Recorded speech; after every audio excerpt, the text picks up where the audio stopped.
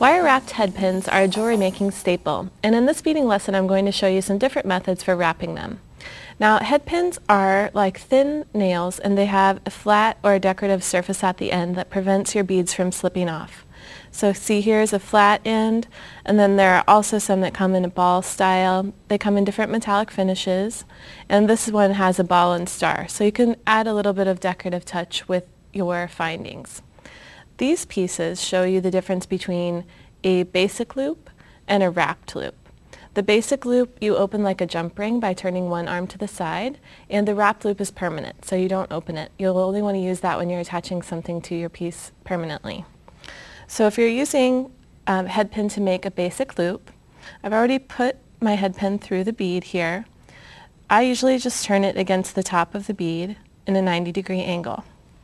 Then you'll use round nose pliers, and you're going to place them on the head pin about 1/8 to 1/4 of an inch away, and you don't want to use the very tips of your pliers, you want to use closer to the center.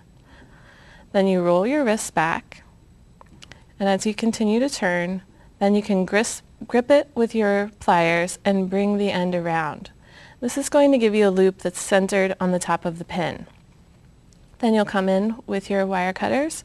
You always put the flush part of the cutter against the stem of the pin so that when you make your cut, the flat surface is against the pin. Now you can open or close this by using your chain nose pliers, like that. Now with the wrapped loop, for the permanent finish, you'll want to leave a little bit of space at the top. So I usually leave about 1/16 to 1/8 of an inch. Make the 90-degree angle, then bring my pliers over and roll it back.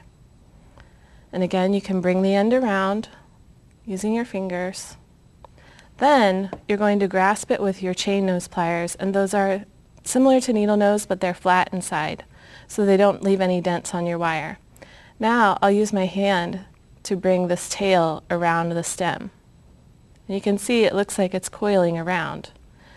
Now for this piece, if I were attaching this to an ear wire, I would be fine. I could open the loop on the end of the ear wire and attach it here. Otherwise, if you're attaching it to something like polyester chain or another piece that's also permanent, you'll need to attach it before you wrap it shut. So that's a little trick that people can run into sometimes. So then you can come in and clip off your extra wire. And then I'll just use my chain nose pliers to flatten that wire end down so that you don't get any snags. Now let me show you some of the samples that I have. So for wire-wrapped head pins, this is a really fun technique where you use beads that are open on the inside like a bead frame, and you run the head pin just through the top hole. And then I attach that using a basic loop. You could also use a wrapped loop if you wanted it to be more decorative. The other pins are attached in the same manner. Now on this necklace, I did the same technique using a basic loop at the top, and this is a really simple way to use the loops with polyester chain because it's really fast. If you wanted to take a little more time, or if you were using a lightweight head pin or sterling, then you would need to wrap that loop so that the pieces don't slide off. And if you really want to go crazy practicing your looping technique, then you can make a cha-cha bracelet. And these types of bracelets are really fun. They have a lot of dangles attached, and you just make a bajillion loops and attach them to your bracelet foundation. And that's our beading lesson on wire-wrapped head pins.